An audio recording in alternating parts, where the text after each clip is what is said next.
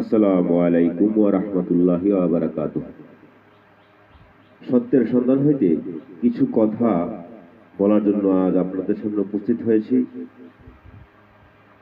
এই কথাগুলো যেন না বললেই নয়।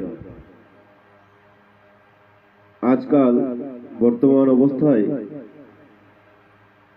যা দেখছি তা আমাদের কল্পনারও বাইরে। এই চক্রান্তগুলি মানুষকে ঈমানের পথ থেকে দূরে রাখার জন্য, মানুষকে সত্য থেকে দূরে রাখার জন্য তারা এমন কোন শিক্ষাঙ্গন, এমন কোন জায়গা, এমন কোন প্রতিষ্ঠান নেই যে তারা সত্যকে গোপন করার জন্য কৌশল খাটিয়েছে। প্রত্যেকটি পাবলিক প্লেসে, প্রত্যেকটি মানুষের অন্তরে একটি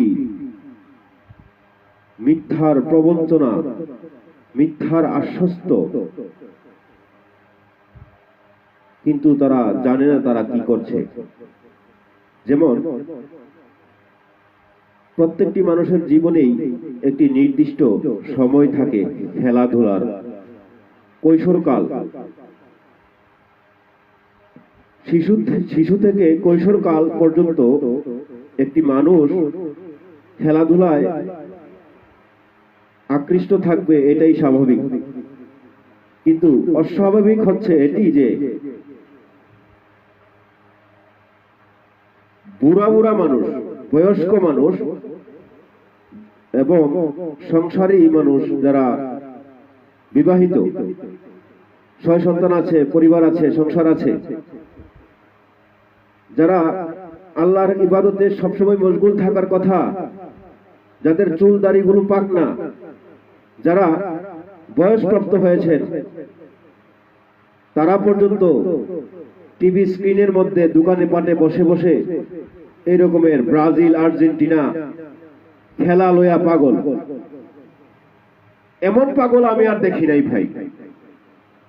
আজ রাত্র 2:30 থেকে 3টার দিকে হয়তো বা আমি ঘুম থেকে ছ্যাবড়া খাইয়া ওঠন লাগছে। ঘুম থেকে ভয় বিতস্ত অবস্থায় উঠতে হয়েছে যে কেন আমি মানুষের জিজ্ঞাসা শুনতেছি, মনে হয় যেন কোনো ডাকাত পড়ছে, মনে হয় যেন কোনো চোর পড়ছে বাড়িতে। আমি বিছানা থেকে তাড়াহুড়া করে ওইটা দেখতেছি যে আসলে তো মূলত বিষয়টা হচ্ছে খেলা